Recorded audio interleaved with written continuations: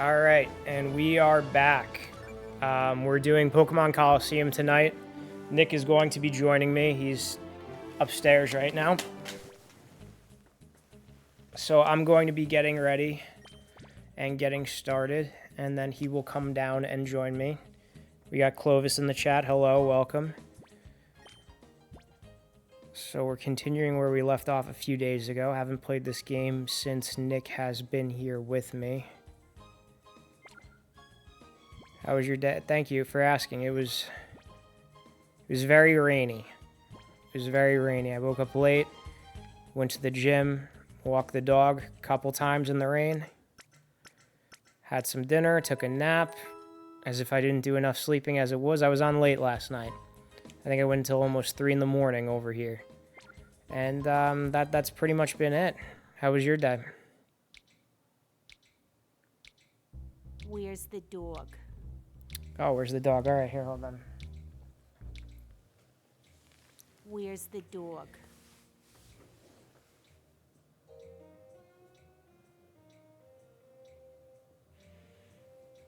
There we go. Came back on. Little where's the dog? The dog is here. The dog is behind me, laying down on the floor. So I'm waiting for Nick to come down. I'm going to do some battles here. Just try to get these guys close to purification, because that's where we're at now in the game. We're going to be able to purify these shadow Pokemon that we've acquired as long as the meter is open. Took you to a Brazilian steakhouse. That sounds great. Pumped me full of drinks. I was buzzed for the good part of the day. Sounds like a good, nice Sunday. A nice Sunday with the co-workers. I've been to a Brazilian steakhouse, I think, one time in Washington, D.C. And this steakhouse was really good. It was like one of those all-you-could-eat things where they had, like, waiters just come around with food and you would just take from the plate. They'd come around with, like, the less expensive ones, the less expensive steaks a lot, and then the more expensive ones, like, they wouldn't come around with those as much. They wanted you to fill up. Like, there's a trick to those places that are like that with the all-you-can-eat. You gotta watch out, too, because there's a salad bar that's always accessible. But all the steaks were good. I ate so much steak when I was down there. I've been there 2 times now.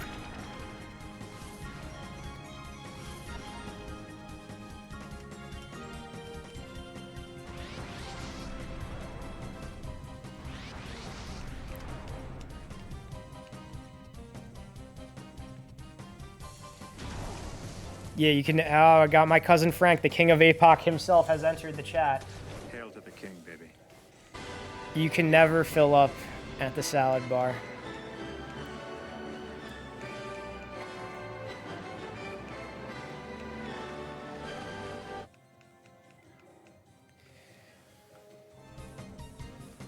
Welcome, Frank. How are you doing? Good to see you here tonight. How late was your stream going last night? Because I had raided you, and you were still on there and you were still going. I was doing a variety of games last night.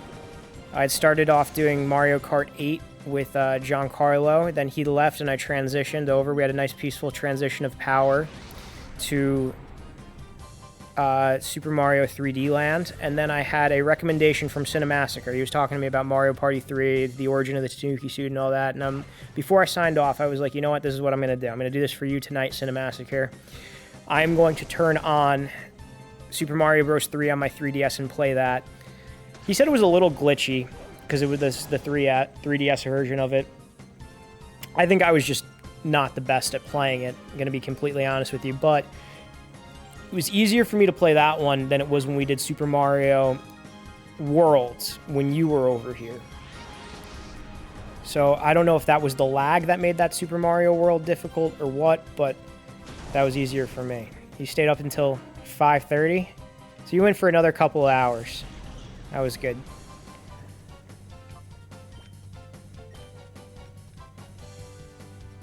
I woke up late. Today. I think I woke up around like 2 o'clock. I mean, I had my alarms going off at around like 1, then I set at 4 because I knew I was sleeping late. But when I do these late streams, I tend to sleep late. But you know what? Even though I wasted the day away pretty much, it wasn't a complete waste. The day itself was very rainy over here. Not the nicest weather. Hoping for some nicer weather tomorrow, so that way I could take the dog on a nice walk and not have to walk him in the rain or under an awning by a shopping plaza. That's what I do. We're gonna have Nick come on soon, Frank. He's upstairs. He's getting ready. I told him I'd get on here, I'd get started, because it's already going to be 11 o'clock, or as my computer likes to say, 8 o'clock.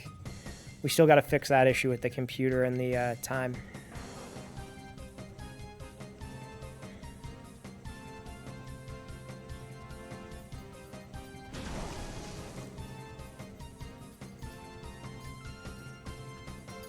And we got Ricky over here. Come on, Rick. There we go.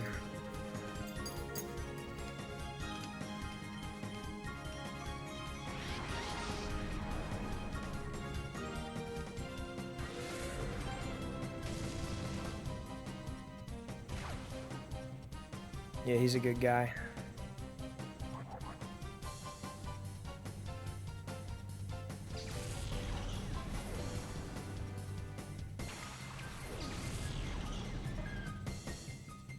Oh, you've been playing the Commodore 64 all day. What games do you have for that? Are there any games for that that I would know?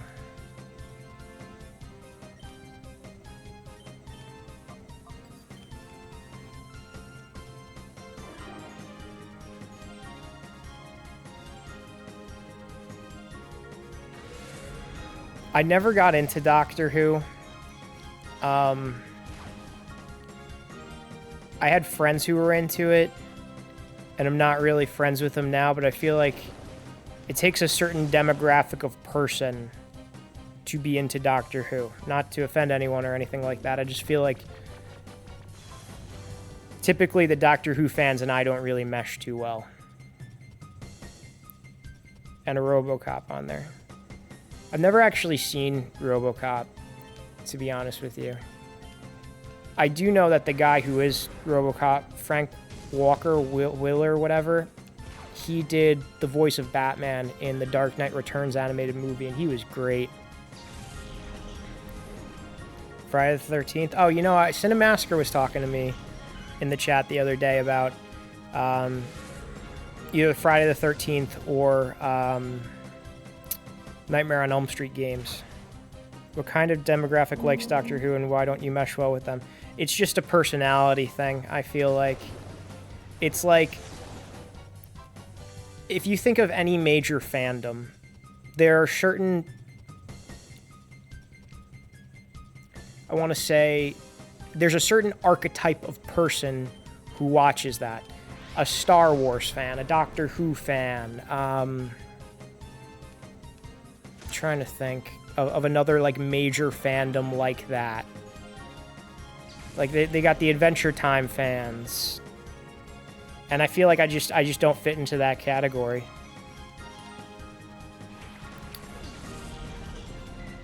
Batman Cape Crusader. It's a Batman video game made from the movie from 1989. It's based on the comics. Oh, before the movie from 1989. Oh, okay, that's pretty cool. I would definitely like to see that. The 80s were a good era of comics for Batman. They probably have like the Neil Adams type inspired artwork with like heavy detail, blue cowl, if I'm just guessing. 80s were very stylized, the long ears on Batman. In the 80s, they had the Robin that died, who was the Jason Todd Robin, and then they brought in the new Robin at that time, the third Robin, the Tim Drake Robin. So I'd like to see if they incorporate any of that. What kind of villains are in this Batman game?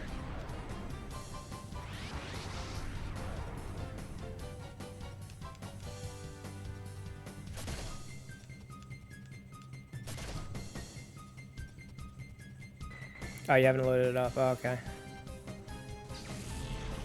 Well, probably is going to be the Joker. No Harley Quinn because she was made in the 90s. Probably not any Bane because Bane was in the 90s also. Trying to think. I mean, there's probably the standard Penguin, Riddler, Catwoman.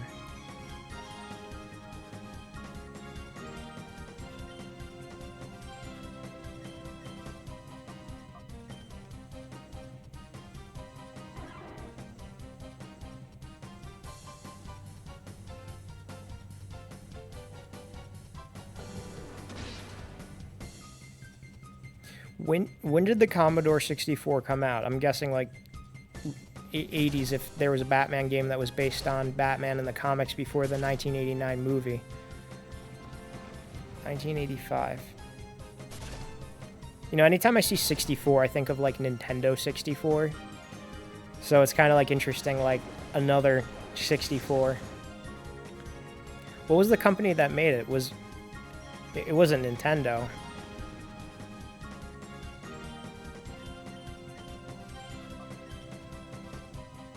Oh, I should have guessed. I should have guessed. And I'm guessing that this was like their last game system because I haven't heard of another Commodore.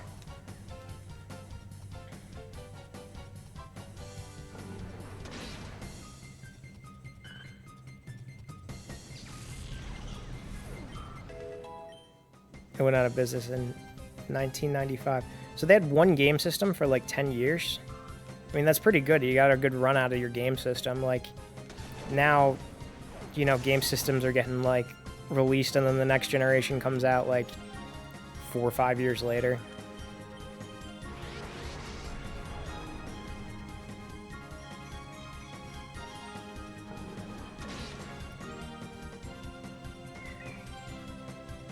Commodore VIC, then the 64, then the 128, then the Amiga. I've never heard of any of them. To be completely honest with you, I've never heard of any.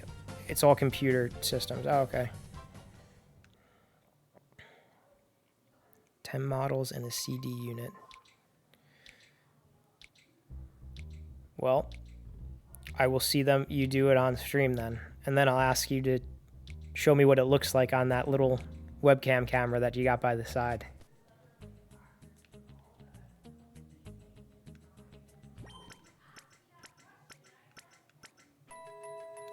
Frank confusing Joey again. Welcome, Mazer Gaming in the chat. Yeah, these are the classic retro games and consoles that I don't really know about. But if there's a Batman game, that sounds pretty good to me.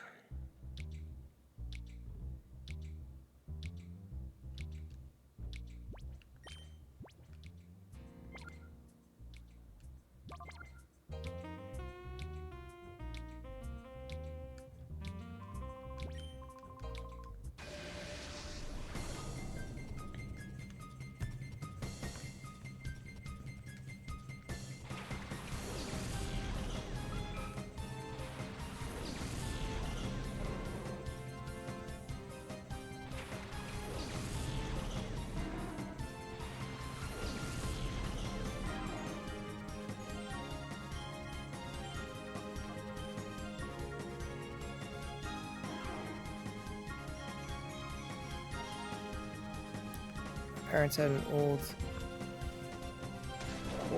Vision that I should have stolen when I moved out. I don't know what that one is either. Is that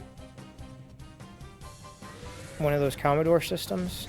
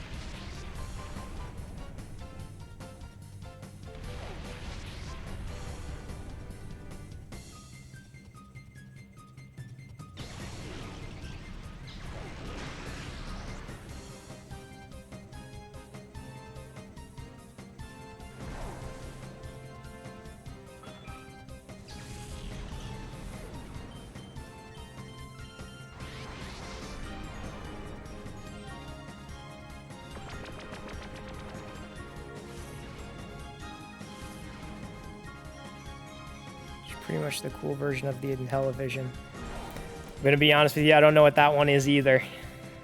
A little bit before my time.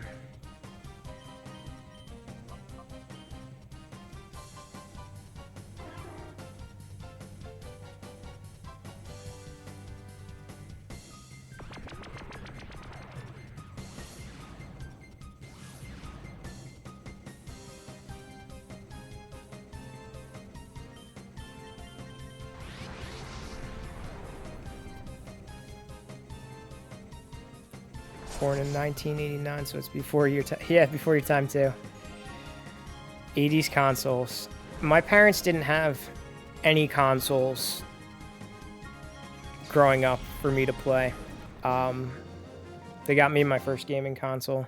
My first one being the Nintendo 64, and then I got a Game Boy. And they didn't really quite understand or grasp the concept of it. Like, they're like, we got you a console. Why do you need another one? Like, why do you need a GameCube now? Just like, because they stopped making games for this one now. And they're like, why can't there just be one console?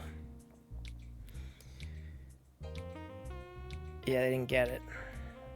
I think the hardest console to get them to buy was the Xbox 360, and I really wanted that one to play Sonic 06.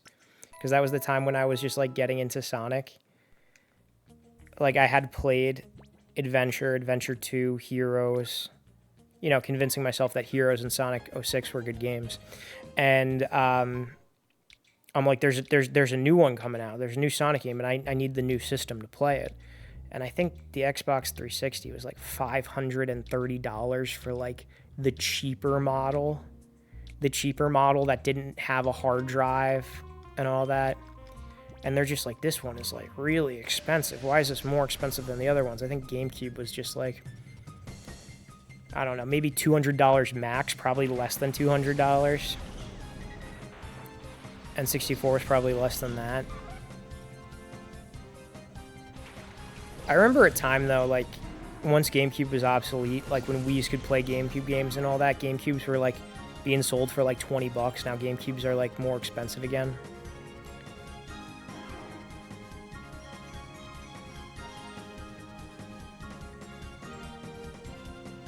I was looking to get... I'm playing this on a GameCube right now. And what you can't see is I'm looking at a TV, and there's another TV to my side. And there's one behind me also. But what I was looking to do was to be playing maybe like a Pokemon game on this GameCube. Not Pokemon Colosseum, like a mainline series one. And then have my brother play another one on stream on the other TV with another GameCube. I was looking to do that, and then like we try to go through the game together, like we do red and we do blue. We do ruby, we do sapphire, gold, silver.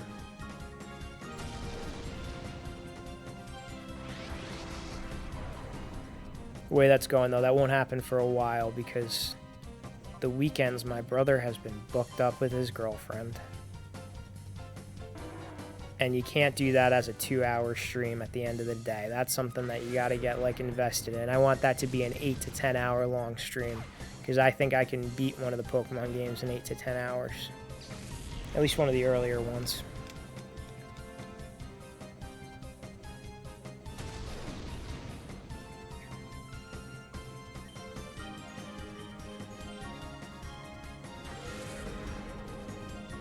And other games I gotta do with him. When Super Mario Bros. Wonder comes out, I gotta do that one. I don't know how to feel about that, though. It looks a little bit more cartoony. Oh, we got Frank redeeming Wumbo. Here we go. Be Wumbo.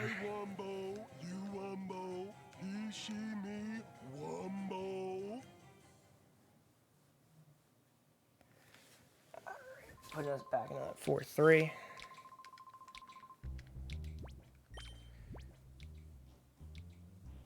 Love the Wumbo.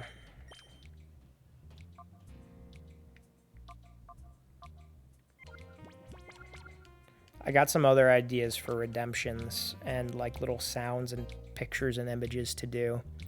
Me and Nick were talking about them, so when Frank comes over again, we're gonna have to figure out how to set those up and make those happen. Spent a lot of time on Friday doing that. We were going to start the stream a lot earlier, but we had to be a little creative. And you know what? It paid off. It paid off. I like being able to press these buttons. I like being able to do these little things. I feel like it's brought a lot of personality to the stream. It's great. You get a taste of it. Taste of our nonsense.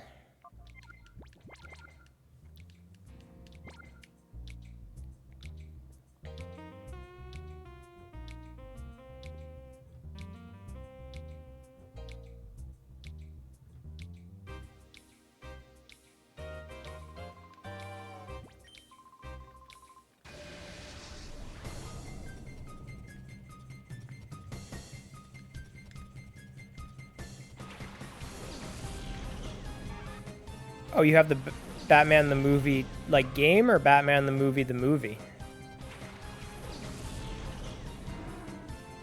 Because I remember we played a version of the Batman the movie game, I think the Game Boy version, when we were down the shore one year.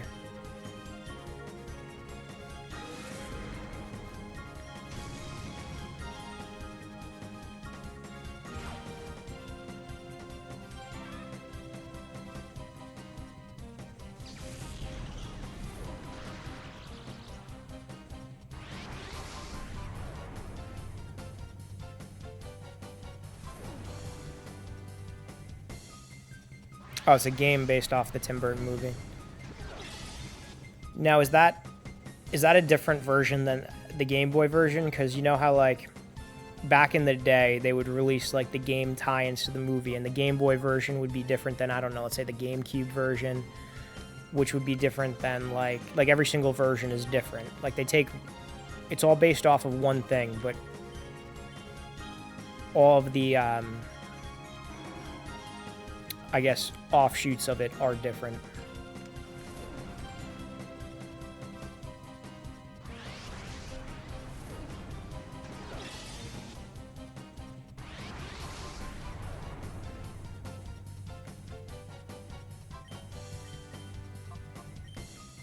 Gonna give you an example for that. I have the SpongeBob game, which Frank actually helped me beat the last level to for the GameCube, which is different than the SpongeBob game for the Game Boy, which is like a 2D side-scroller platform game where it didn't save and you had to put in the codes to where you were and what levels you were at.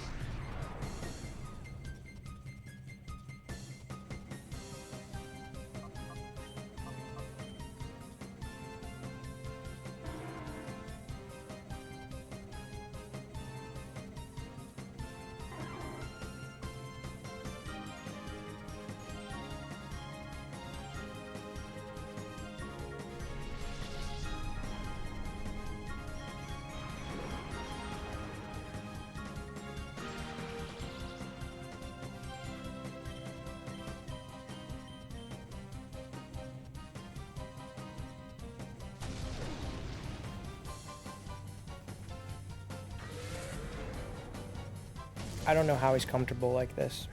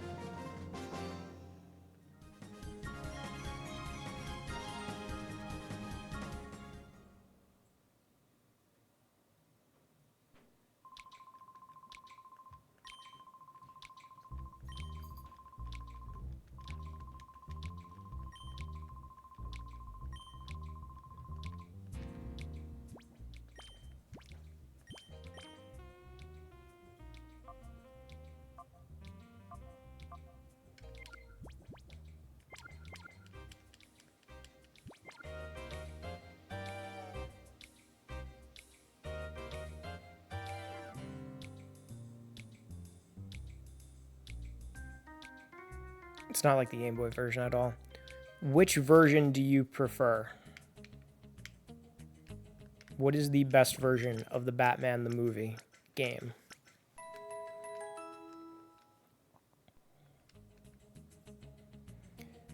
Hey Zorak, welcome. We're playing Pokemon Colosseum tonight. Continuing the stream of that. Nick he's gonna be here. Oh wait, it still says Sonic the 6th King of Apoc in the title. Hold on, let me fix that.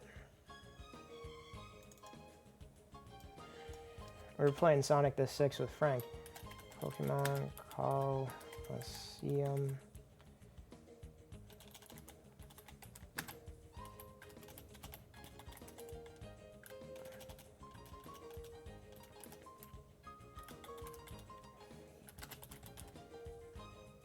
Alright, let's clean that up a little bit.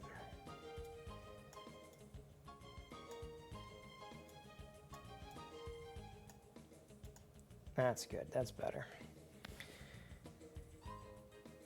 NES, Game Boy, or Genesis versions. So are all the Sunsoft versions the same, or are they also different?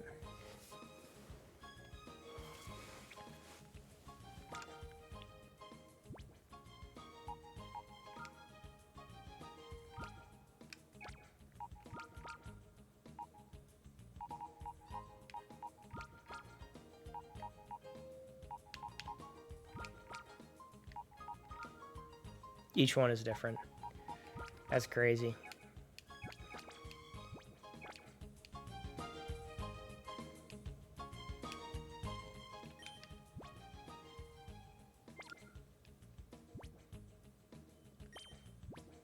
Yeah, we got to do a Batman game. Frank, have you ever played the Arkham games? Because that would be a fun one to do for the stream. I know it's not retro, but those are fun games.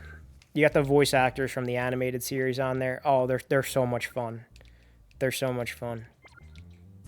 We'll do that one night. We'll have you come over. We'll start from Arkham Asylum. We'll work our way through that game. It's a longer game though. Maybe like about 10 hours or so. Retro-ish. It's 10 years old now. Arkham, it's over 10 years old now, Arkham Asylum. It's a great game. And that is the last time Arlene Sorkin, recently late Arlene Sorkin, voiced Harley Quinn. After that, Tara Strong picked up the voice acting for her, and I don't think it's as good.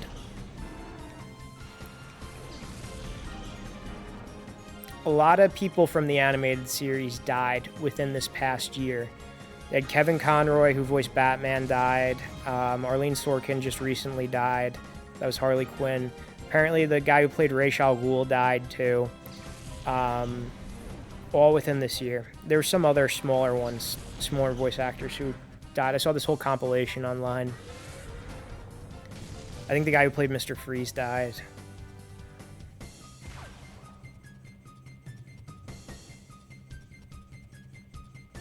But like the Arkham games are almost like they're not in continuity with the animated series, but it's almost like a spiritual successor to the animated series. Because, I guess they could be in continuity with the animated series. You would just have to ignore the events of like Justice League and Batman Beyond. It could be like one of those forking timeline type things.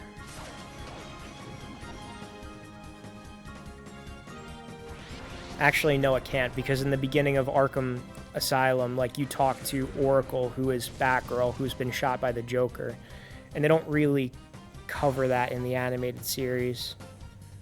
I know in Batman Beyond, they have Barbara Gordon as the police commissioner, and they gave her, like, a limp to imply that she may have recovered from being, like, spinal damage from the Joker, but that's never explicitly stated.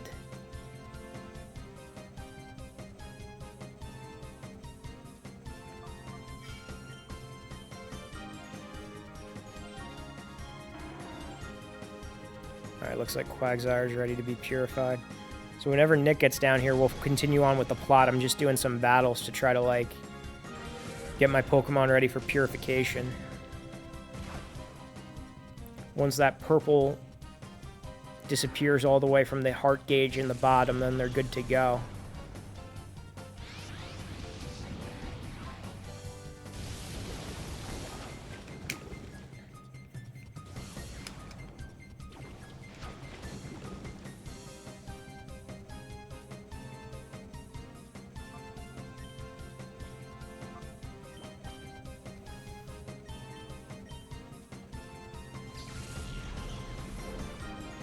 We got King Henry VR4. Barbara got paralyzed by the Joker in one of the animated movies I watched, but I can't remember the name.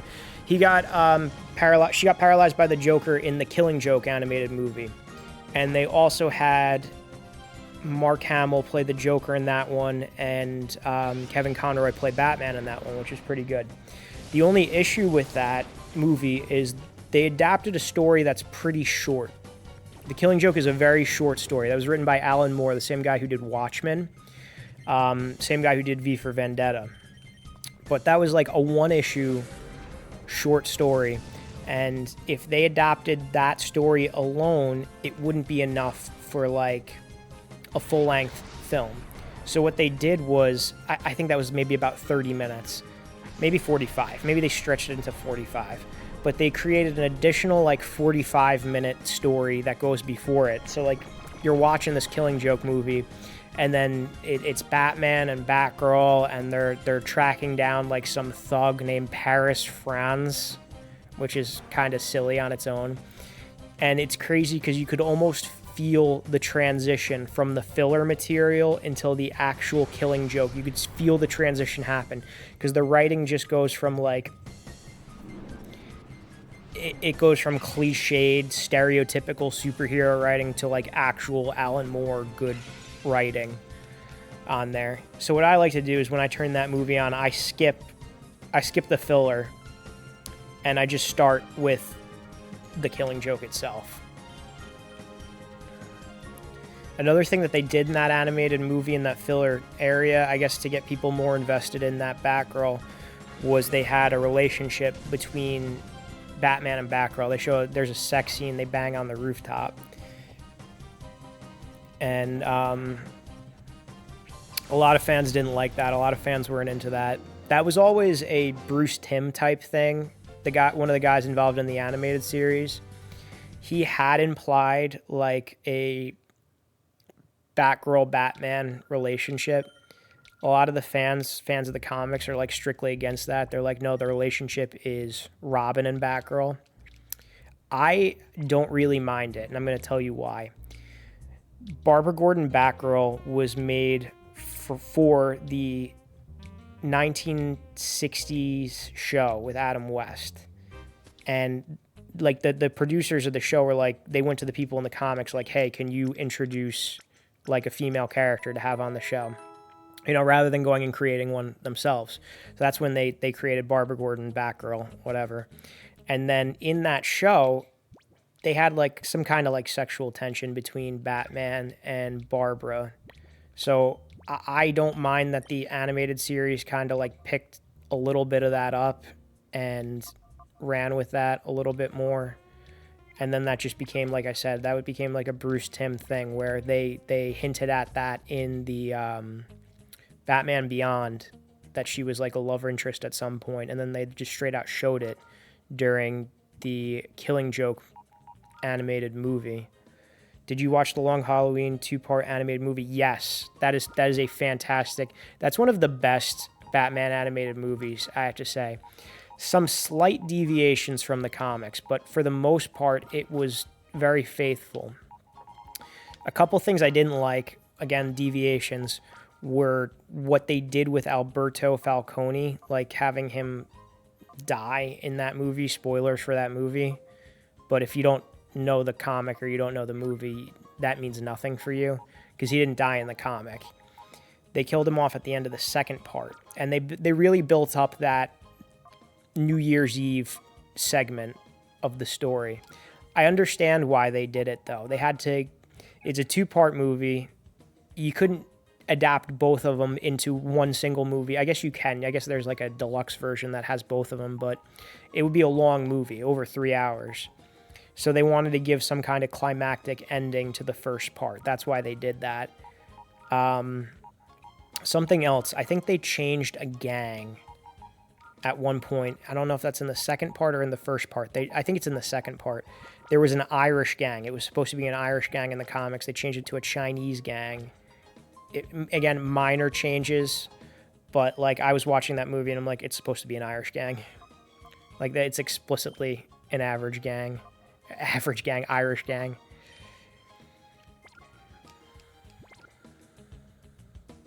But for the most part, that movie looks beautiful. The animation in that is great.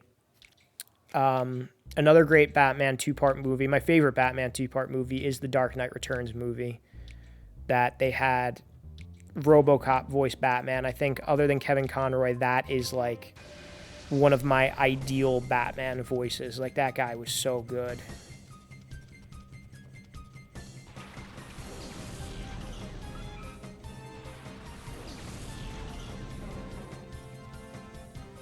And that's just a great animated movie, both of them 2 parts. I like the 2-parters. When they try to condense everything, they end up changing it, and they end up butchering the story. I'm going to give you an example of that. There was an animated movie called Batman Hush, where they just don't watch it. Just don't watch it. They butchered that story completely. The comic is there's a new villain. His name is Hush, whatever. The comic, the movie, the animated movie, yeah, Peter Weller. Peter Weller was his name, who voiced Batman in the Dark Knight Returns. But in the Hush movie, that's a long comic. That should have been adapted like the Long Halloween movie. It was actually written, the comic writer was the same writer who wrote the Long Halloween. He wrote Long Halloween, Dark Victory, and Hush. That was kind of like almost like his trilogy of Batman stories. They weren't like single issue stories. They were like 12-issue runs.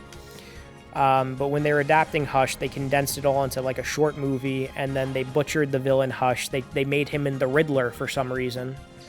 They revealed Hush to be the Riddler, even though Hush is not the Riddler. Hush is his own character. So I was kind of pissed off at those changes. It starts off similar, and then it just goes off the rails. I do not recommend that. I hope one day they adapt Hush legitimately. There's actually a couple nods to Hush in the Batman that came out. Yeah, Jason Ackles, he was good. I think he may have voiced Batman in a couple... No, he voiced the Red Hood in Under the Red Hood. That's a fantastic Batman animated movie. And that's an animated movie where they adapt the source material better than the comic itself. I have the comic itself upstairs, and I think that the way that they were able to tackle that material was better in the animated movie than in the comic book. It's cool. Jason Ackles got to be both a Robin... Jensen Ackles got to be both a Robin and Batman at some point. And he was a pretty good Batman, too, in Long Halloween.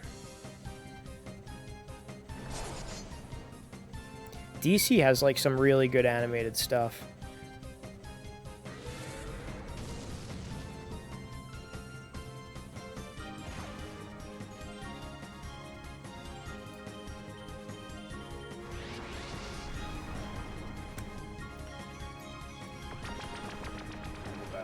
I'm in the best room.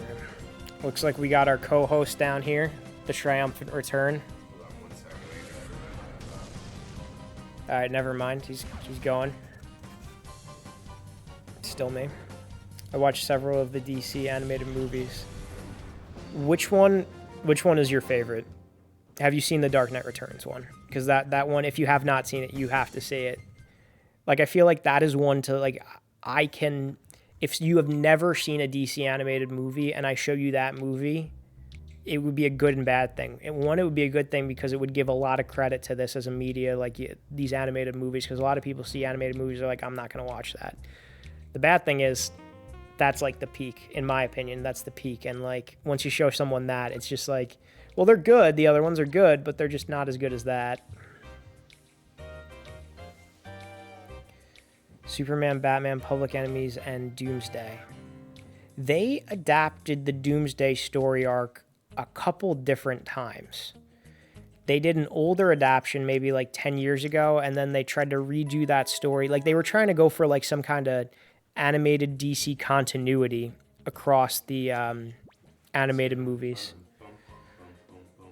And they did it again.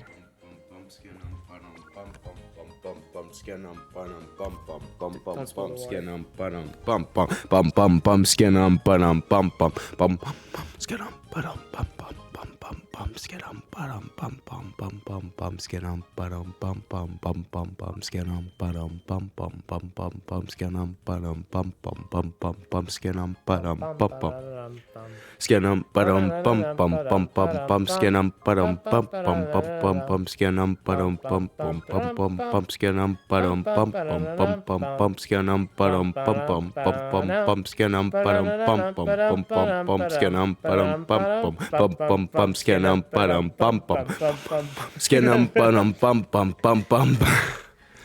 Ladies and gentlemen, we're back. Jersey's back. Jersey is back, baby. So I was just More trying, like Jersey is back. Besser. So I was trying to purify. You were what? I was trying to purify some of the shadow Pokemon. Should we move along with the plot of the story now? I was upstairs and I was like, I could go in the shower, or I could take care of business real quick. And then I took care of business real quick, and then I got in the shower. I was figuring that's what you were doing. Taking care of business? Every day. Every day. You gotta take care of business at least once per day. Otherwise, taking care of business could become all you can think about.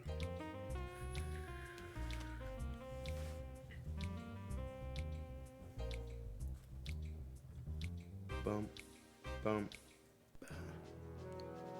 So where are we going? We're going to Agate Village. Yeah, we got to do that. Did we purify it? Oh, we No. gotta beat that guy. And this is a tough guy, right? Yeah, I lost to him, and that's when I quit. We should probably get our A-team assembled. Range. Bum, bum, bum, ba-dum. Home on the range. Dun, dun, dun, dun, dun.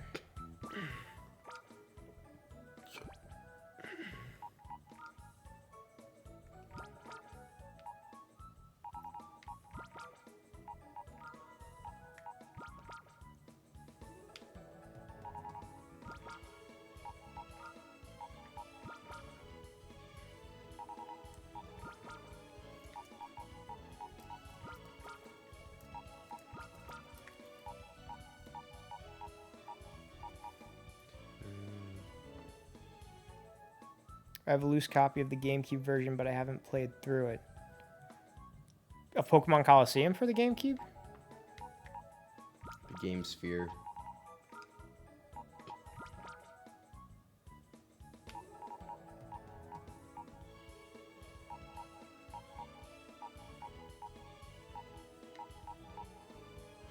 Yeah, Colosseum. It's a good game. It's better than XD, which is the sequel to this. Part of the reason that I think I like this so much is it has a little bit of a darker tone to it than most other Pokemon games. And then XD, they lighten it up again. I like the dark tone in my games. He likes Dark Necessities. I love Dark Necessities by Red Hot Chili Peppers. And by Red Hot Chili Peppers, he means Red Hot Chili Bessers. So the people who made this game, they were like, all right, if the original Pokemon came out in this year and most people were 10, the fans of the original game are now 17 years old. So they tried to make a game for an older audience. And you could kind of tell. You could kind of tell based off of tone. And then XD came out and they're like, what if we do this one for 10-year-olds? Yeah, and XD felt very much like, let's take the same exact concept and age it down.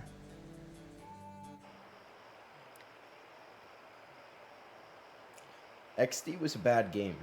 There was cool elements of it, but it was a bad game. I like the harbor. I like the little volcano. I like that stuff. But XD was not. It just didn't have it. It didn't have that X factor. So as we're doing this, Nick is filling out An application for some award for my job. My senior manager, well, one of my senior managers. Well, actually, it was 3 senior managers came together and they decided to nominate me for this thing. And I was very pleased to see that I was nominated for it. But I am not the demographic of person that would receive this award. Nevertheless, I will fill out the application out of respect for my 3 senior managers that I love very dearly. And make of that what you will.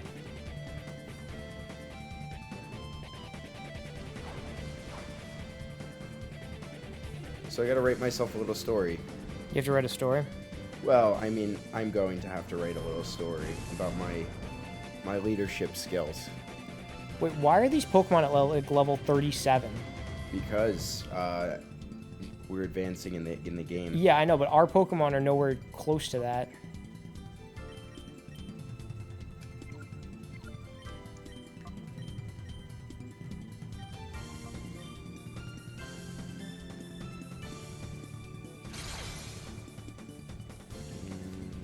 I'm in the Besser room.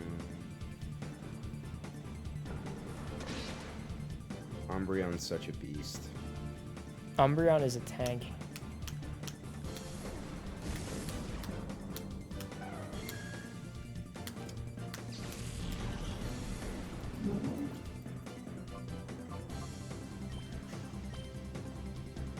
Besser room.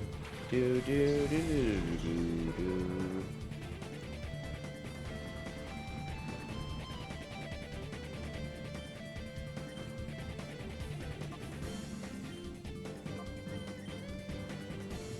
Oh, you hit him with the Besser beam. That's good. You need to hit him with the Buster Beam.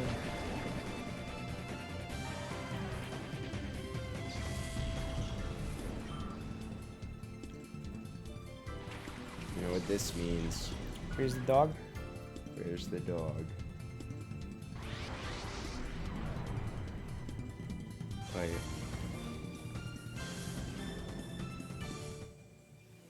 Where's the dog? Hey. You okay?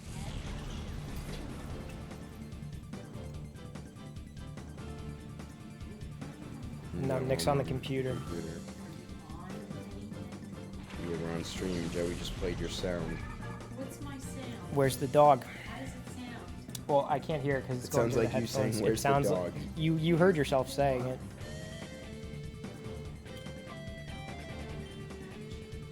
Yes. We need to get so much more. You gotta get some for this couch. He'll talk to me We gotta later. we gotta do a job this week. Alright.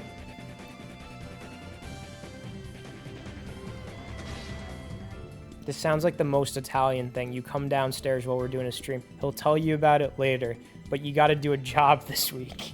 Yeah, that sounds. Yeah, that sounds great for the internet, Mom. You'll all be taken care of. Yeah, don't say anything bad on the internet. Don't say you got a job this week. Good night. Maybe Supersonic hit him on top. Shadow Rush or Supersonic? Supersonic. Well, he's level 38. I think we could Shadow Rush him. It's not gonna do much, is what I'm saying. Well, Supersonic would just make him confused. Yeah.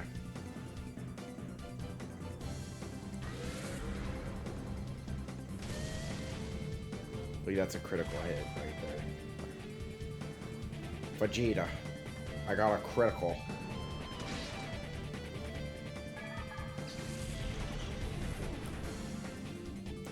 You gotta do a job. Gotta do a job.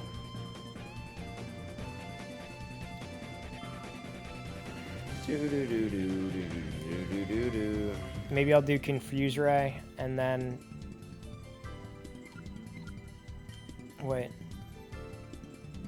Nick, do you think I should try biting him? It won't do much because he's fighting, right? Yeah. And then I'll have him do Supersonic. Sure.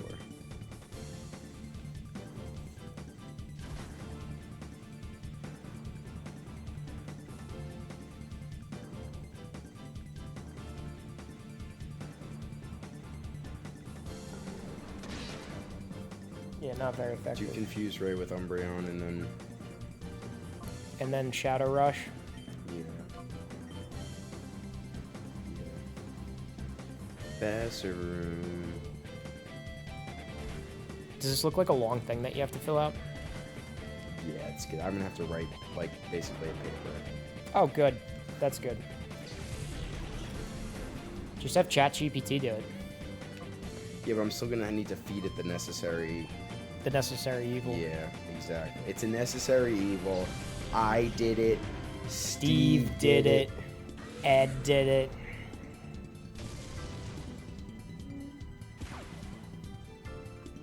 So what happened here behind necessary evil type thing was every time Joey would complain about something with dental school, my dad would say, "Joe, it's a necessary evil.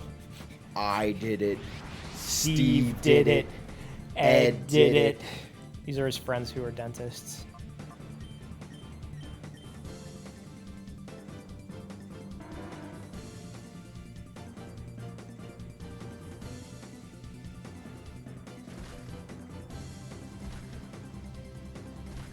This Hitmontop, he's a rough Pokemon. All right, he's on orange now. Should I start throwing balls at him? Yeah. Maybe I'll have Quagsire try to do a hit, and then I'm gonna start doing balls. What do we got? Not a whole lot of balls.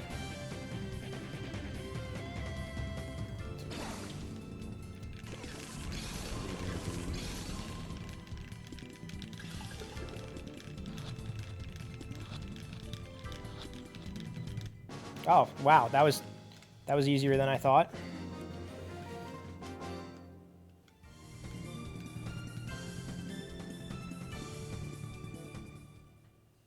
All right, so now we can start purifying Pokemon. I've been instructed to capture Celebi, then destroy the Relic Stone, but matters have not gone according to plan. See, all this talk is Celebi. I was thinking that Celebi was going to be catchable in this game, like when I played this as a child. He's not. I mean, he's catchable in the Japanese version. Right. Where you just got him off a bonus disc, and then you could transfer him to, like... I'm thinking of Jirachi. Yeah, well, that's what we got. The Japanese got Celebi. The Americans got Jirachi.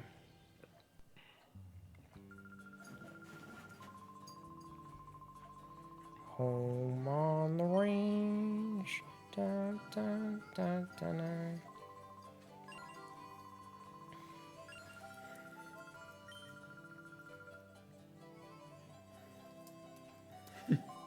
What's so funny? It's like the SpongeBob thing. Yeah. I just need to make the font good.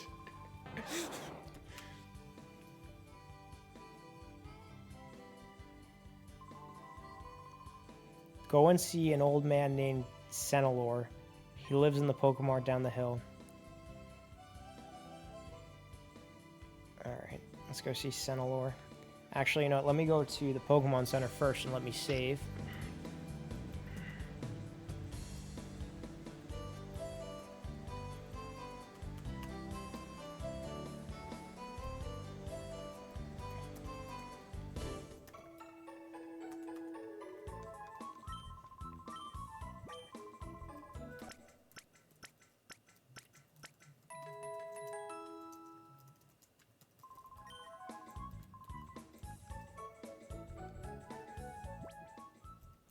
Cinemassacre, hello. Love Cinemassacre. Says, hi, Nick. No work on stream. He's got to. If it's not this, he's not going to be on stream. If it ain't brown, put it down. It's not technically work. He's filling out. This is like admin stuff. Yeah. Nick's an admin. I'm a Cypher admin. Huge Cypher admin kind of guy.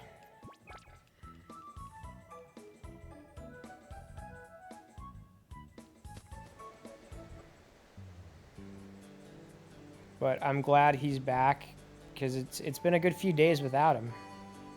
I went on with Jonk yesterday, and then I was alone, and then I went on with Frank the other night. Were you on Thursday, or were you not on Thursday? I was not on Thursday, no. I was at Mad Hatter Thursday.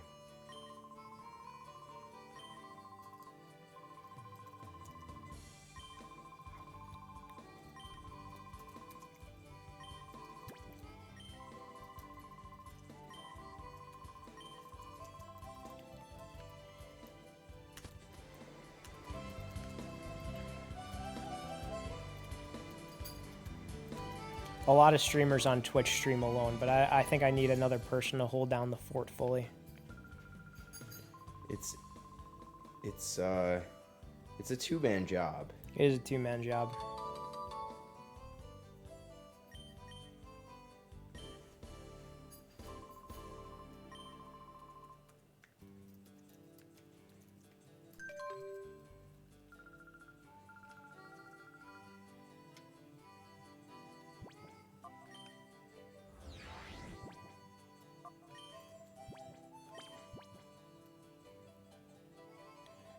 Oh, here we go, Nick. We're going to get to Entei.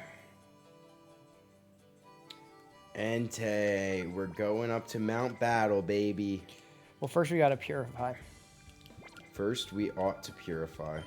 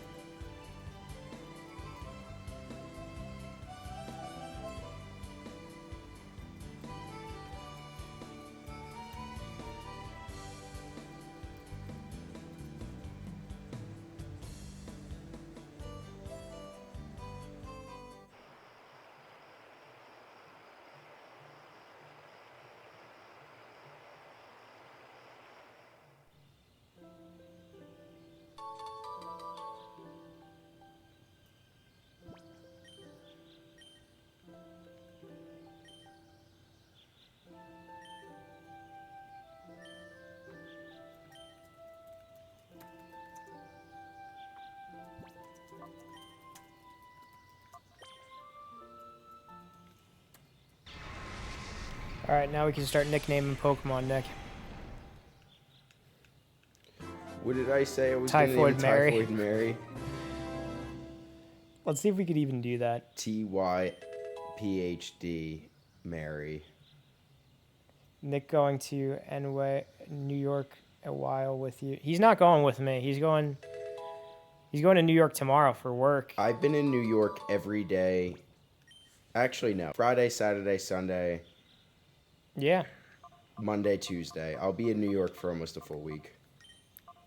Almost a full week. I'm essentially a New Yorker now. They call him Nicky New Yorker.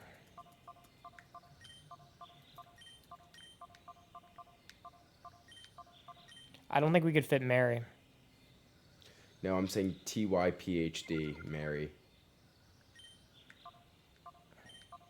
Space Mary. We're doing space. Yeah. Do Mary. Mary. We have enough room for that.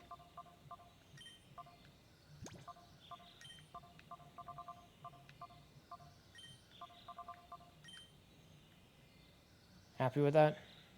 Yeah. Typhoid Mary. Is it a girl? It's a boy. Oh, love that. Because Mary's a girl's name. We could do Mantine.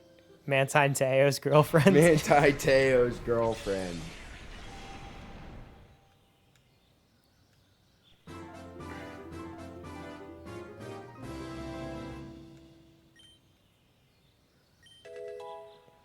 Wonder if Mantine's a girl. I think Mantine is a girl. All right, how are we doing this? M-A-N. Look up the spelling. What's the name of my fantasy football team? So T-I. You're not going to fit the whole thing. Space T-E-O. Wait, I think we could fit the whole thing if we do it like this.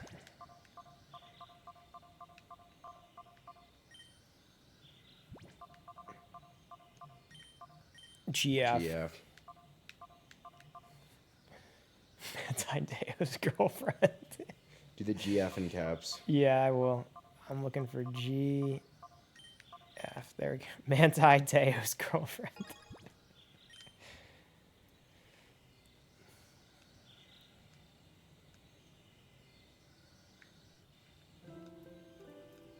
All right, now we're going to just start to do like very Italian names. This is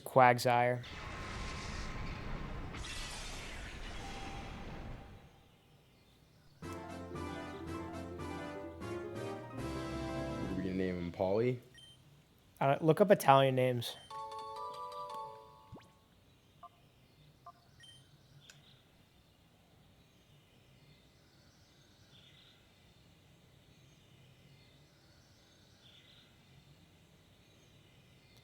Wait. All right. I think this is a girl. Frankie. We could do that. Or we could do Francisco. Is it a girl? I think it is a girl. You want to do Francesca? Yeah, let's do Francesca. Hold on. Keep that up. Watch, it's a boy.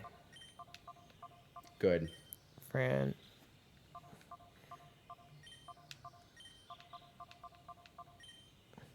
CA. There we go. We got Francesca the Quagsire.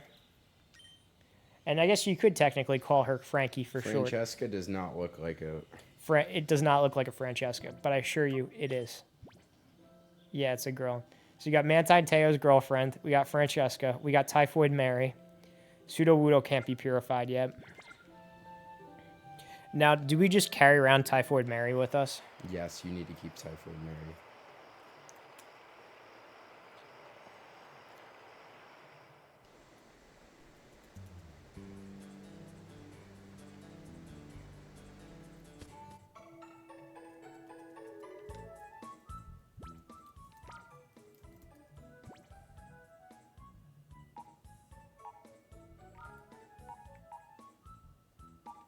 I'm just going to put these guys out for now, and I'm going to start filling up the party with guys who can be purified. Scan up. Scan up. Bum, bum, bum, scan up, ba-dum, bum, bum, bum, bum, bum, scan up, ba-dum, bum, bum.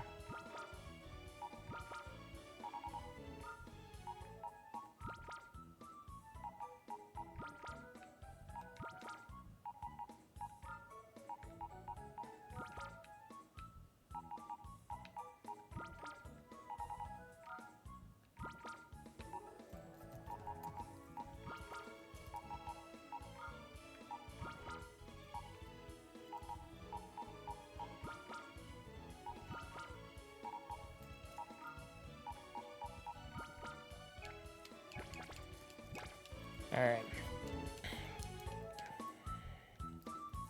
Got a full team of guys who are going to purify.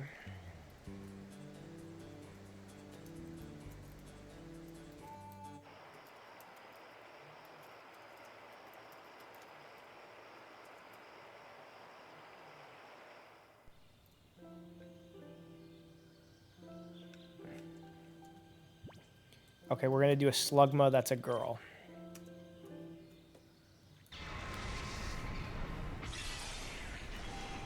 Luca? Is that a girl's name or a guy's name? I guess it could be both. Oh, we're going to do Julia, like spelled like... Or no, that's kind of... Gulia. Wait, Aurora? You want to do that one? That's not... I feel like that's not good for a Slugma. All right. You want to go Gulia? Yeah, we'll do Gulia. Wait, get the spelling up. Julia with a G. Yeah, I know, but there was some weird eye placement. Giulia. Giulia. I-U-L-I-A.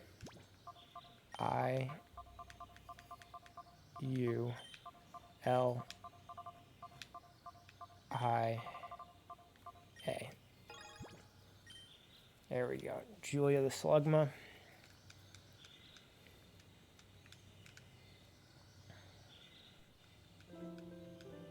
All right, we're going to be doing a girl Makuhita.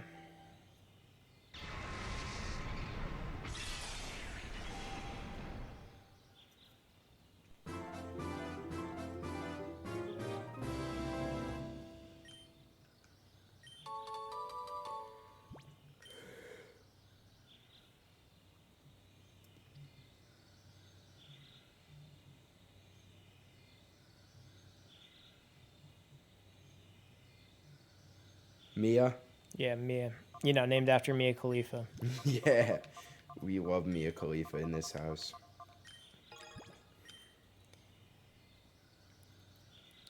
Mia the Makuhita. All right, Flaffy, and it's a boy.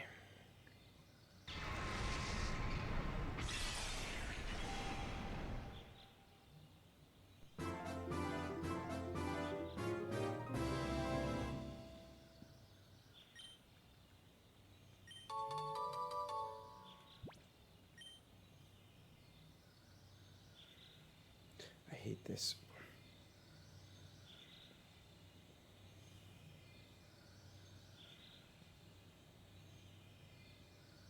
You gonna do Leonardo? Yeah, sure. How many can we purify right now? A good chunk.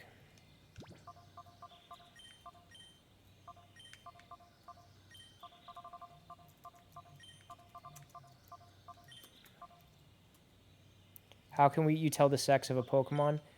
I will show you. So,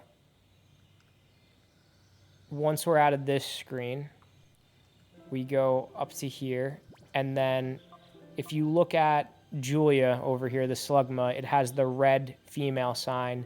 Mia has the red female sign. Leonardo has the blue male sign. Then we're doing Mischievous next. He's got the blue male sign. So we're gonna do another male name for this. We got VHX. Are we having a Pokemon party? Yes, we are. We're purifying a bunch of Pokemon, and we're giving them all very stereotypically Italian names, except for our Quilava. Espionage and Umbreon. Except for Quilava, who we named Typhoid Mary. Mischievous, a guy name. You know, I'll just look it up so you can continue doing your work. I don't want you to No, it's fine. be interrupted. Italian names. All right, this is going to be... Like this could be a Bianca. It's a boy. Oh, wow, never mind. I'm going to make this one Antonio. I mean, if it was a girl, it would look like a Bianca, though. I'll tell you that. Yeah, we had to give Bianca to a Pokemon with like a booty. Yeah, Bianca has to be a hot female Pokemon. With a booty. Bank, yeah. You can't have that name and not be hot. VHR's wife's name is Bianca. Nice. That's good. That's God good. bless. Yeah, God bless you. You got a good one. I don't even need to know what she looks like. If her name's Bianca, you got yourself a good one. I've never met an unattractive Bianca. Does Nick with the fur qualify as one? Nick with the fur. Nick with the fur. With the fur. With the fur. Nick a fur. We got a Skip Plume that's a female. Let's find... This isn't going to be... Well, it could evolve into Jumpluff, and that could be Bianca. Let me see. We can make that Beatrice if you want. Or Alessia? That's going to be Alessia. Okay. Cinemassacre says, Nick, are you a furry? I am a fur. Listen, this podcast is for all people, and I, just like James Brown, am a lover of all humanity. So, I mean, while I may not be a furry, I am wearing fur to support the furries because I support everyone. I'm a nice guy. He actually put that on and went to me and goes, I want to wear the fur. In condolence. In solidarity. In solidarity with the furry people. The furry community. It's a whole community.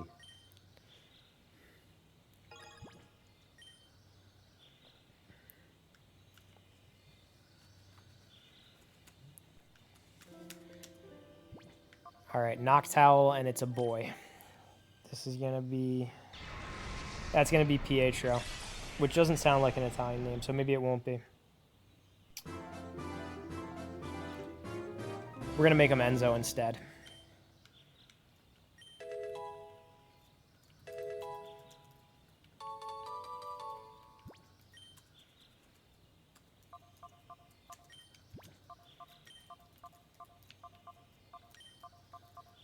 There we go, Enzo.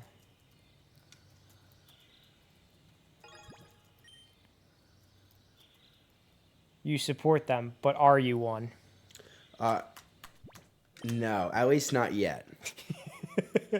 He's leaving it open. You don't know where the future's going to take you. You never know where the future can take you, but as of now, I'm not quite there. He's open-minded. Like, we're kind of moving in that direction, but it's just I haven't taken enough steps to say that I am a furry. Like, the pipeline for this is you watch an episode of Dragon Ball, you become an anime fan, you get into hentai, and then you become a furry. Yeah, and I told you I'm not into hentai. We're just at step 1 still. No, you're in step 2. You're an anime fan. No, that was step 1. No, that's you watch an episode of anime. All right, fine. We'll say step 1 is you're an anime fan.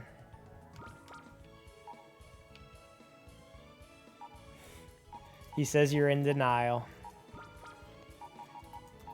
So you think I'm already a furry? It's the fur, Nick. That's what's doing it. Nick with the fur. With the fur. Apple bottom jeans. Nick with the fur. Nick a fur.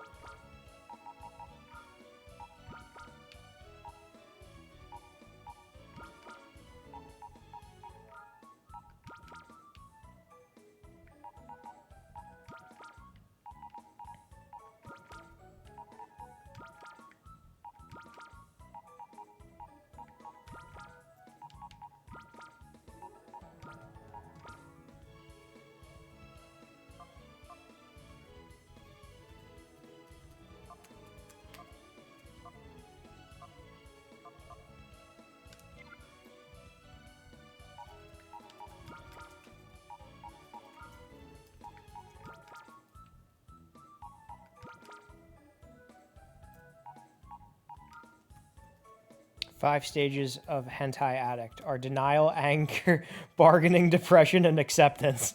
What about bargaining power? You want to explain the concept of bargaining power?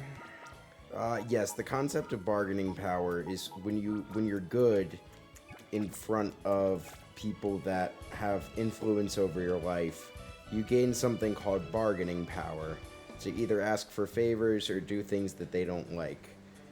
But eventually, when you're not doing good things, you lose this bargaining power. And you need to ask for things when you are in a state of bargaining power. Like you do something to displease your parents, you're losing bargaining power. Yeah, but then like you do a favor for them, you gain bargaining power. Yeah, like my mom came down earlier and said that I got a job for you, and I'm just like, she's like, we're not going to talk about it now, but I got a job for you. I'm like, yeah, say anything more stereotypically Italian on the stream, please. Be my guest. But I'll do that job. The quillfish. I don't know if it's a boy or a girl. I think it's a girl. This is gonna be You Luca. can name it Quilava. Oh my god, this is gonna be Luca. Alright.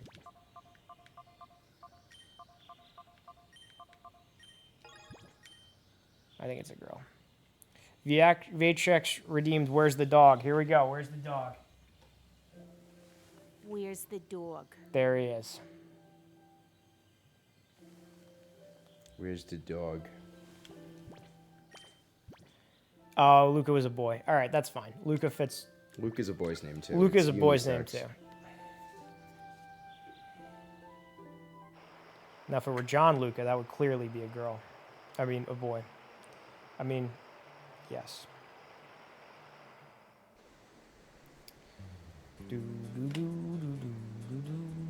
He is. Where is Ricky? It's right beneath my legs. Oh yeah, he's right beneath Nick's legs. He's laying down. Here, I'll do a little pan over to him, just so you can see.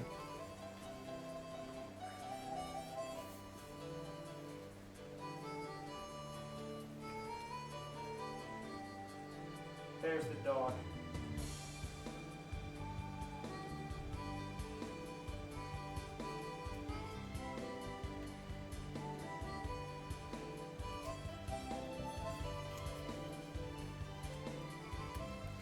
There's the dog.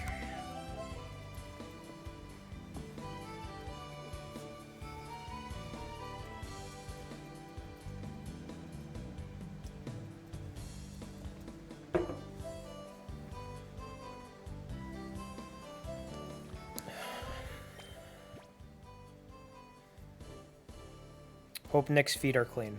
Well, he just showered. Yeah.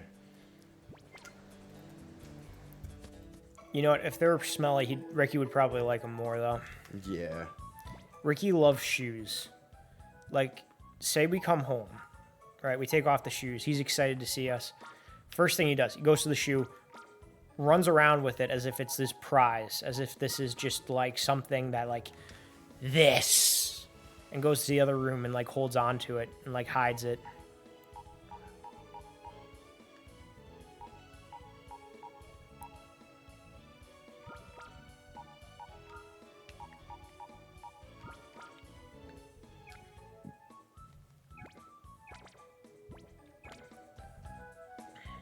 All right, you ready to do the mount battle? Yeah. To catch hentai. We gotta name hentai. We can't name him hentai. Why? Because we shouldn't do that. We're gonna go with the theme of naming them all Italian names. We didn't name them all Italian names. Our Quilava is named Typhoid Mary. Typhoid Mary, and then our other Pokemon is named Manti Teo's girlfriend. Yeah, well, that is Manti Teo's girlfriend. May as well be, right? It's no less Manti Teo's girlfriend than the girl that Manti Teo thought was his girlfriend. Okay, we could name Espeon and Umbreon here. How do you spell espionage? Oh, let me look.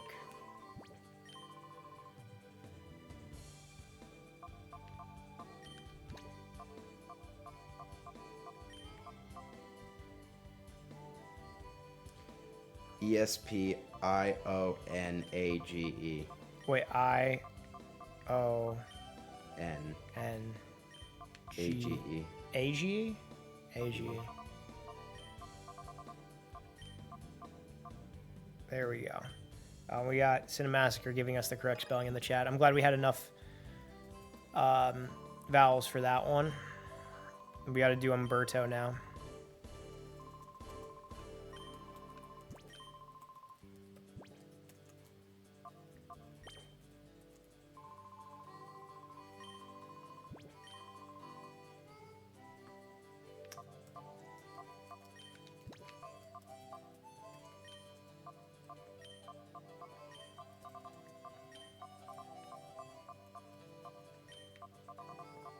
That's right? Yeah. All right, so we got Espionage and Umberto.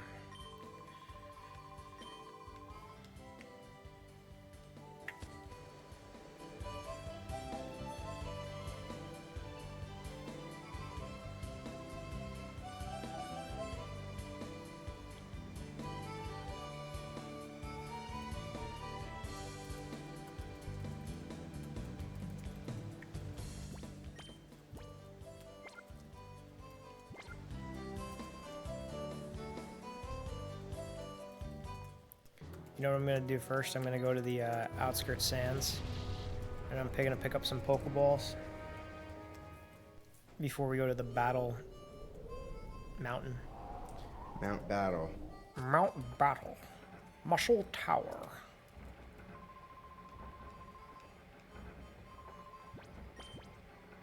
We get Ultra Balls now. Check that out. We got MK Ultras already. But the thing is... Oh, we could get Nest Balls, Net Balls, Timer Balls. We don't have a whole lot of money. This is what we're going to do. Wait, no more Great Balls? Did I see Great Balls? Oh, yeah. I'm going to fill up on Ultra Balls. Get 8 of them. I think, yeah, Ultra Balls are kind of all we need right now. But this is what I'm going to do. I'm going to enter in a Colosseum battle to try to, like, raise some money up before we do it. Because I don't think I'm, like, fully prepared for this, you know? You're not mentally ready. So we're going to go to Pyrite Town. And we're going to do a little Colosseum battle. Because I need some money.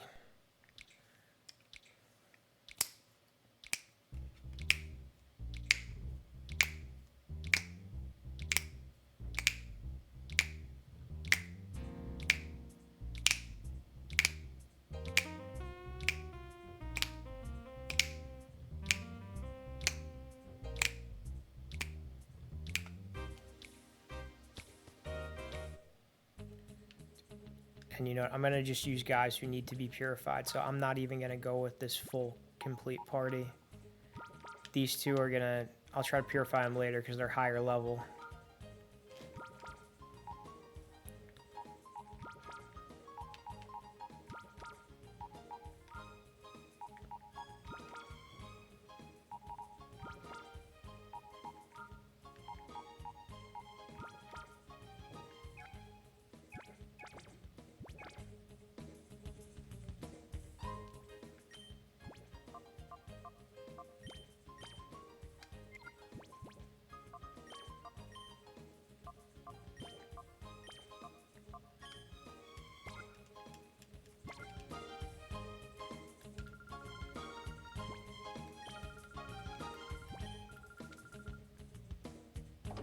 Bum ba-dum ba-dum, skin up. Bum bum bum ba-dum ba-dum, skin up.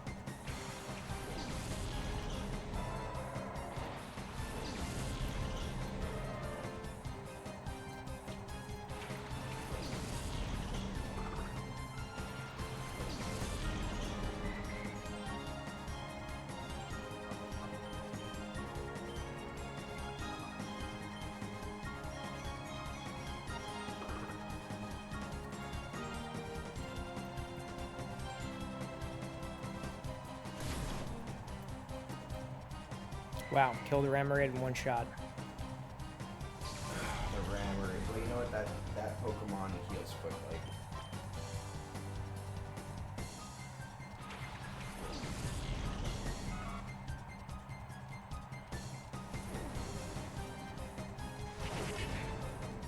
Wow, almost killed Ferret in one shot too. Wait, why are they level 50 and 51? This is a really hard. Did the Colosseum just get harder? Sometimes, yeah. Oh yeah, you're not beating these We're guys. we're not gonna win. When did the Colosseum level up in like?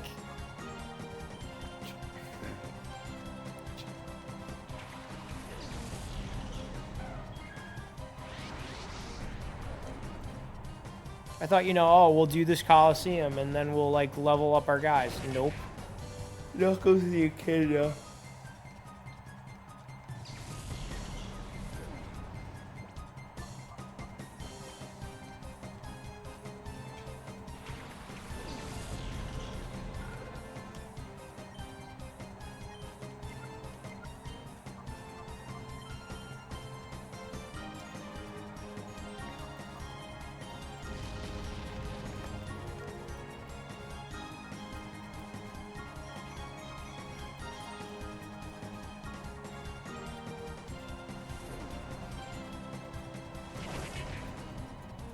No, we got work tomorrow. We both do. We're not going to be up crazy late. Yeah. Maybe another like 45 minutes or so.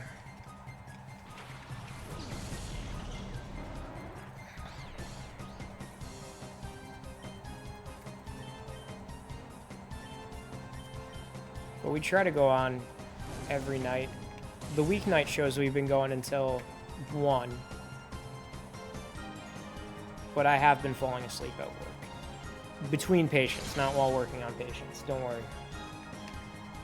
So maybe I should be trying to go off by 12, but who knows. Tomorrow's going to be a late day. I go in the office at 1, but I have to wake up early to drive Nick to his train station.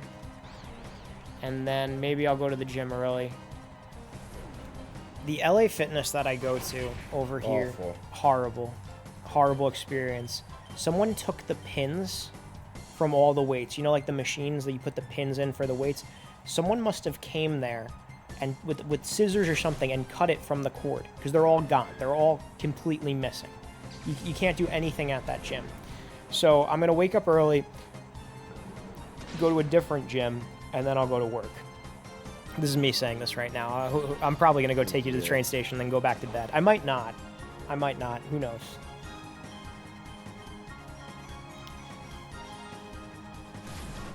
What, they have LA Fitness over there? We don't have a New Jersey Fitness over here. Yeah.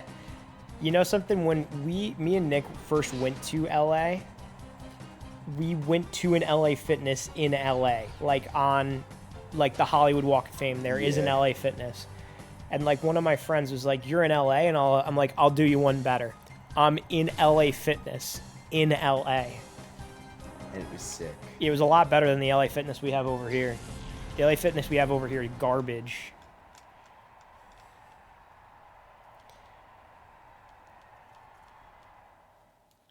All right, I got my ass beat. All right, this is what we're going to do. Changing up the plans. Not doing that. Not doing that stadium battle. We're going to put these guys back on the team.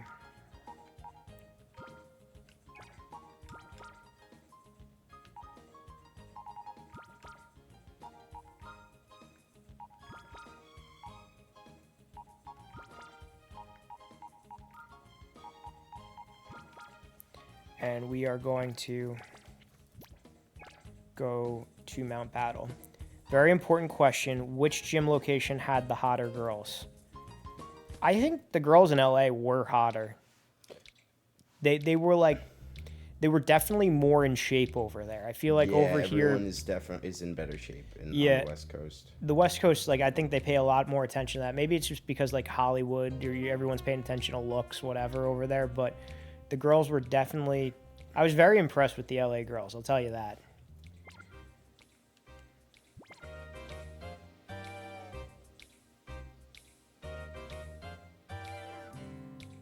The LA Fitness over here, I mean, there's some good ones there. Oh, the LA Fitness by us is actually awful with good-looking girls. There's some good ones. Remember your wife? Nah, I don't even think she goes there anymore. Nah, yeah, they scared all the hot ones away because the pins are gone. Then we have another gym that we go to in town. It's like a small, like local gym, not like a. It's not a chain, and that's more of like an adult like dad gym, like just dads everywhere. You have space in your basement for your own gym. Yeah, we have like some workout equipment over there, but the thing is, it's like doing work at home, at least for me. I can't do it. Other people can do it. I can't do it. When I'm at home, I'm in home mode. And like when I go to the gym, I go to the gym specifically to be in like workout mode, you know? It helps going to a place to do a thing. It compartmentalizes it in your mind. At least that's the way I feel.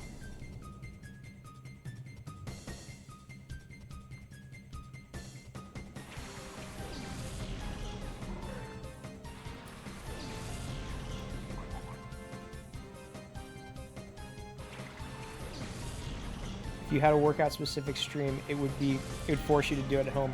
That is true. We did have the pull-up stream. Maybe we'll do another one. Maybe we were thinking about doing a push-up challenge. That was our most watched stream. That was our most successful stream. Was the workout related stream. We'll set up the camera over there and we'll do something. I don't know. It's not like we even could bench. We don't have a bench down here. Unless we go on Amazon, we buy a bench for the stream. That would be very expensive though. That and the weights would be probably very expensive. Yeah, no, we're not gonna do that. And also, we would have to have movers put it in too. And shakers. Shankers? Shankers. There you go. Maybe the stream will become a successful fitness stream. Yeah. There seems to be a demand for that. I mean, we got other silly things that we got to do other than video games. Like, you know, the Lego stream. We're thinking about doing the Lego stream. Yeah. And I said we doing a Lego stream, I mean I'll build a Lego set and then Nick will probably destroy it. That's good too. That is good. That's good. We could do board games. We could do Chessminster. Love Chessminster. Nice Candyland stream. You know, take it back to our roots. Candyland stream.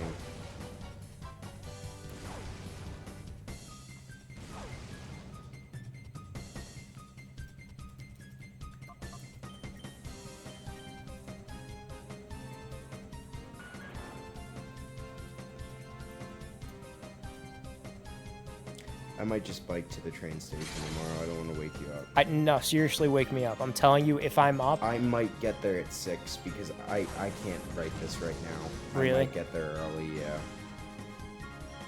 well, don't bite your. You know what? Don't bike there. Just literally, I'm telling you, just wake me up. You can't focus now. Yeah, I wrote 2 sentences. Is it because we got the stream going on, or is it I because? just can't write. All right, because we've been going on for a little while now. I think like. I mean, we purified our guys. No, we're gonna finish the stream and then I'll go to bed.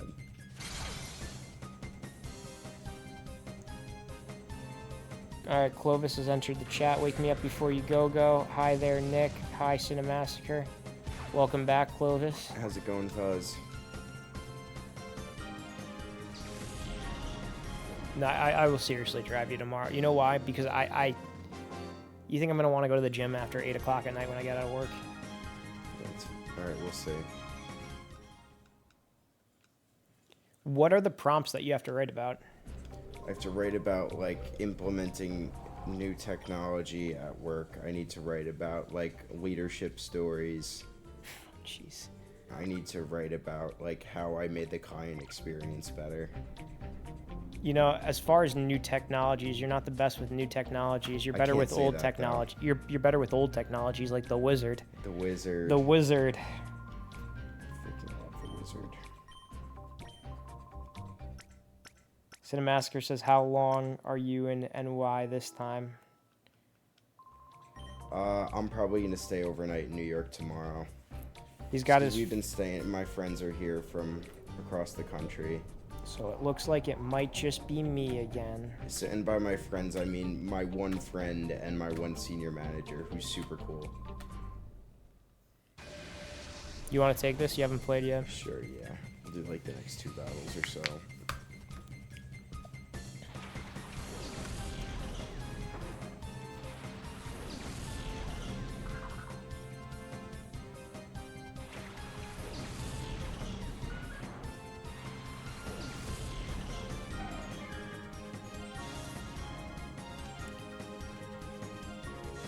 Oh, we got Clockpit in here with the Pokemon shiny emojis.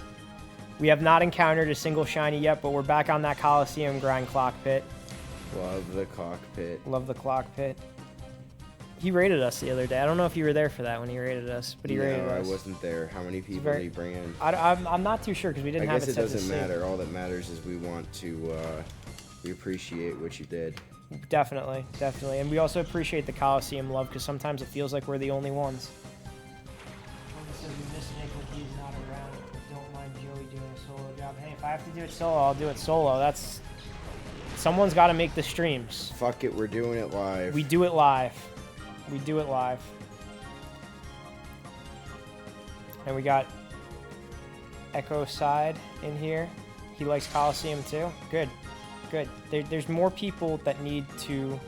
Hello. Hola. There's more people that need to understand the greatness of this game. This is truly an underrated gem. And I wish that they would, like, revisit this series. Like, honestly, HD remakes on the Switch, that would be pretty nice. That would be pretty nice. Was that ever entertained? No, it'll probably never be entertained. Imagine if they ported this to the 3DS, too. That would be pretty cool. I want to see this region return in some form too, but I wouldn't want it to be ruined like they did with XD. Oh, Echo Side still has his Jirachi disc from pre-ordering the game. I never got the Jirachi disc. Out of curiosity, I went online and I Googled how much the Jirachi disc would go for. It's going for around like $250. See, we didn't pre-order this game, we just got it when it came out. I wish like we were in the know with all that stuff, but I was an elementary school kid who just begged his mom to get it, so that's what happened. And mine is still at CIB. What is CIB? Is that like good condition?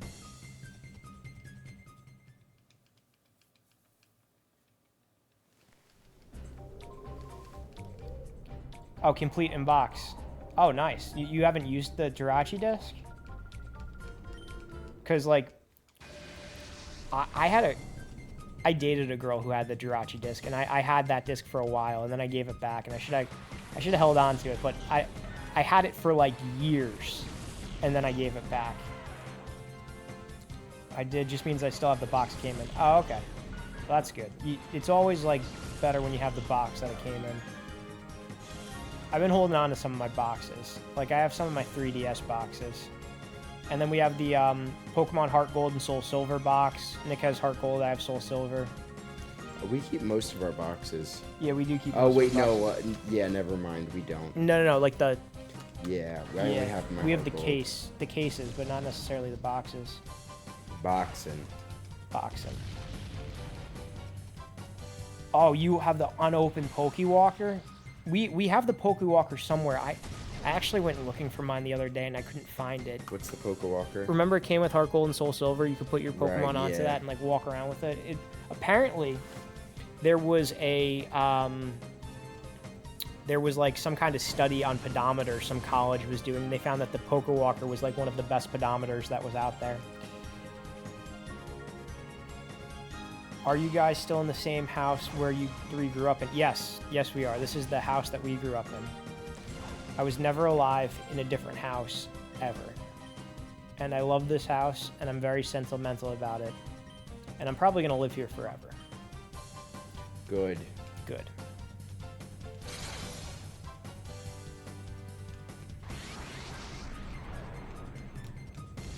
This is back when the Japanese version came out months before the English version, so I imported the Japanese Heart Gold and I used the Pokewalker and then I lost it.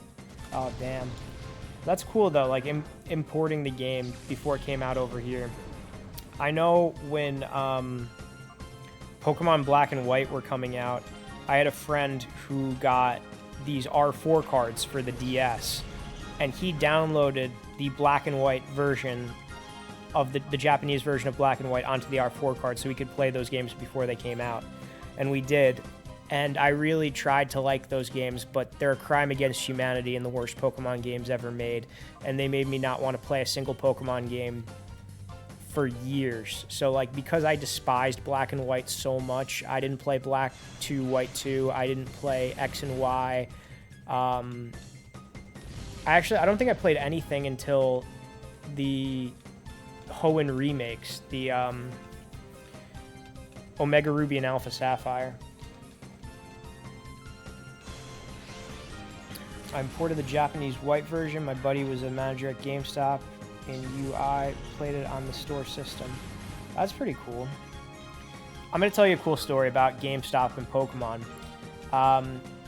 When they were doing events, I think leading up to the release of Heart Gold and Soul Silver, GameStop had some exclusive events that they would like send out.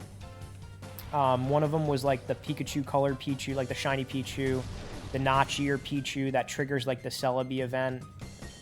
I think it triggers the Celebi event. Maybe it was its own separate event, but they were doing these events, right?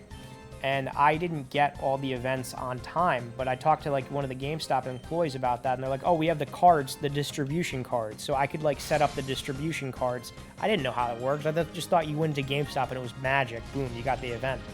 But they put the distribution cards into a 3DS. They turn on the distribution cards, and so long as it's set to within that time frame where the event came out, then you could get the event. Yeah, I had a small stack of Arceus for Heart Gold and Soul Silver. The thing about Arceus in that game is... Arceus. Named after Dr. Seuss. The thing about Arceus that was named after Dr. Seuss is there are like 3 different Arceus events. The first one is if you got one from like some kind of event, then it triggered an event in Heart Gold and Soul Silver where you go to the Shinto ruins and you can get either Dialga, Palkia, or Giratina. Then, yes, exactly. However, there was another secret one. And this is the secret one. They never released the Azura Flute ever, period. They just thought that was too hard for people to figure out. The Azura Flute is the item that you needed to trigger the Arceus event in Diamond, Pearl, and Platinum. They never released it. However, if you did do something to trigger that, whether it be you go get like a Action Replay, Game Shark, whatever, or you glitch the game to get that Arceus, and then you send that Arceus from the Azura Flute to Heart Gold and Soul Silver, that will trigger the Sinjoh Ruins thing again. So then you could pick the other Dialga, Palkia, Giratina, whichever you didn't get the first time. So you have a chance of going back there twice. I'm not sure if there's a third way to trigger it again, but I know that there's 2 ways for sure. It's pretty interesting. Pretty neat.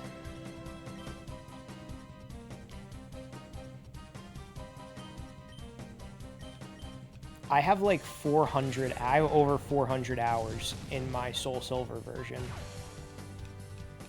I think that that's probably like one of the best Pokemon games ever made. I also really liked Ruby and Sapphire. I had a Japanese launch Should I go Pearl. back and heal right now or no? Yeah, you can go back and heal.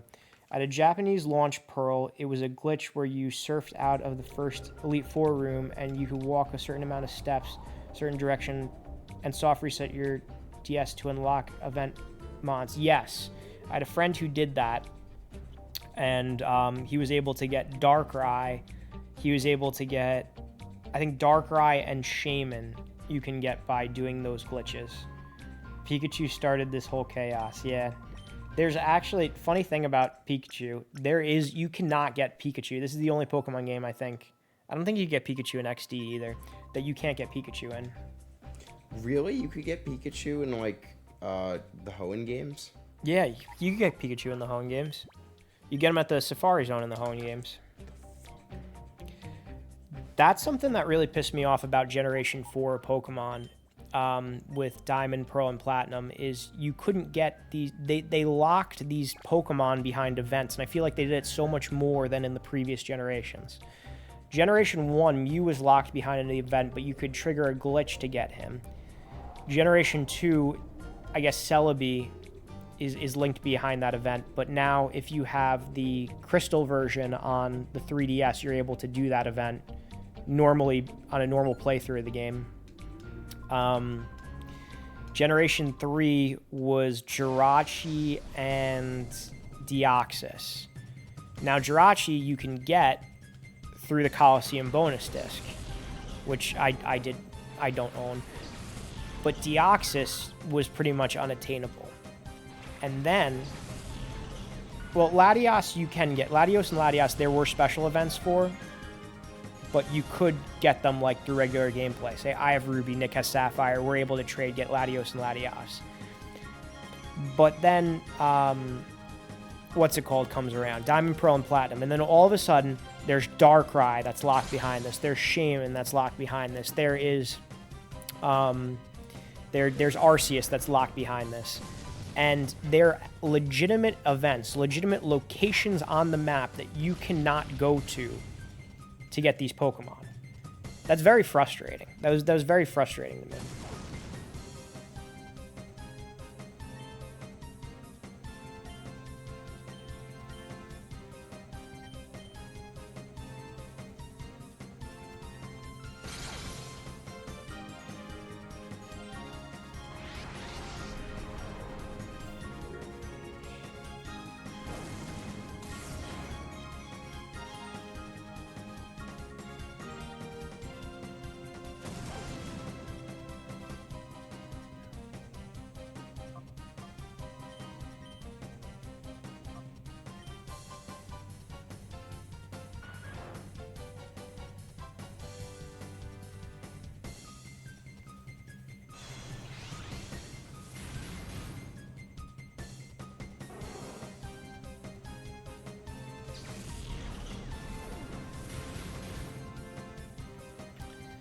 I completed the Pokedex in Heart Gold and Soul Silver.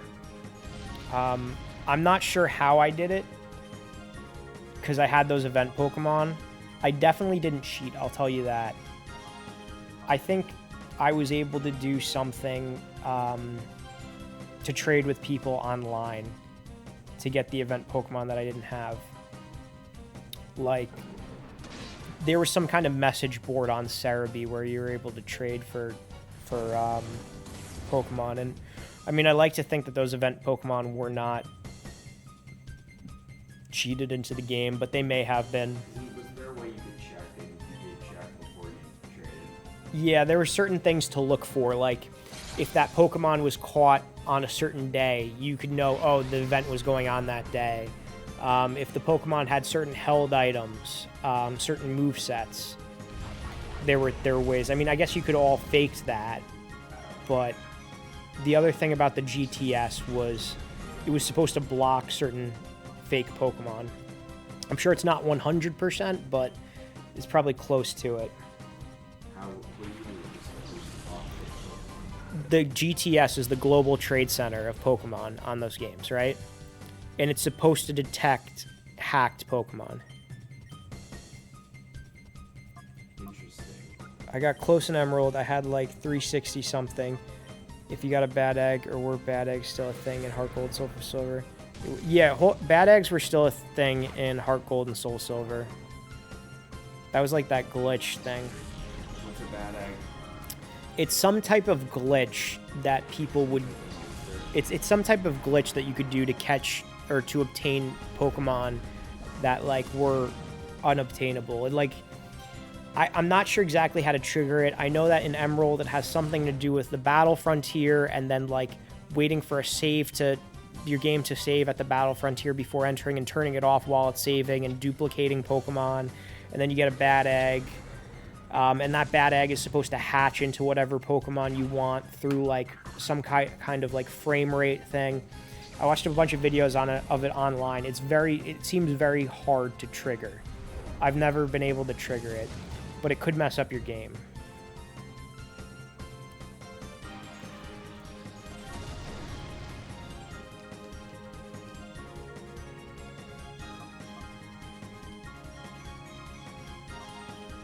What would be cool is if I started a save file on Ruby and Sapphire, played that on stream, and we traded these Pokemon over from Colosseum to Ruby and Sapphire and tried to complete a Ruby Sapphire Emerald Pokedex. That would be fun.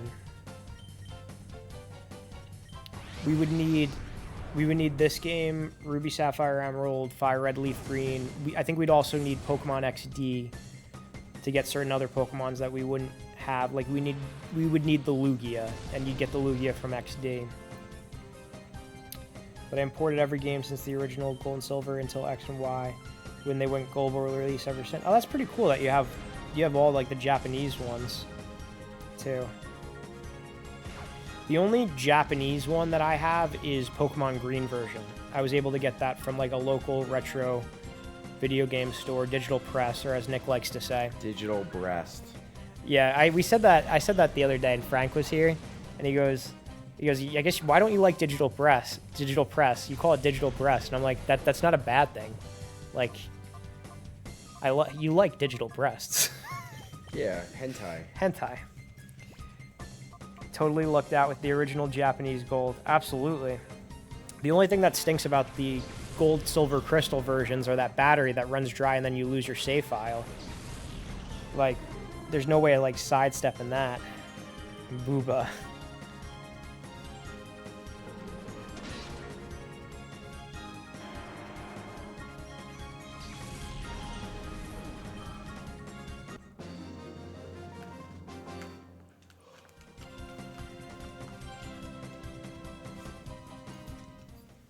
Here, I'm done.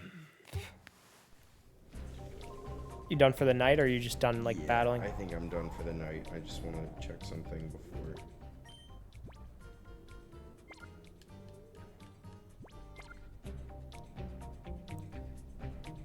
Night of. Frank, are you still in the chat? Frank,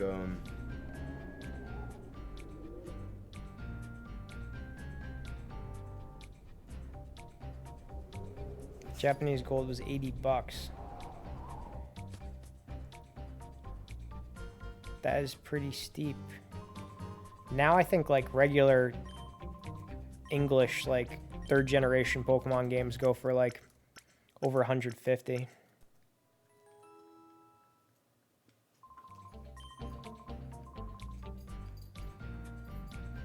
Alright, I guess Frank is not here. So we're going to be closing out soon. If any of you viewers have a suggestion of a person who we should raid, please put it in the chat box below, and we will raid that person. because we're going to be calling it a night. I'm going to be waking up early to take Nick to the station. I am going to take you to. I'm going to take you down to Central. Oh, I'm gonna try to write on the station tomorrow. Infinite Jump Slap. There you go. Thank you, Ninja Warlord. We are going to raid Infinite Jump Slap. / raid. Let's do this. Copying that. / raid. Pasting that. Okay, here we go. Sending you guys over to Infinite Jump Slap. Have a good night. Thank you for hanging out with us. We'll see you tomorrow.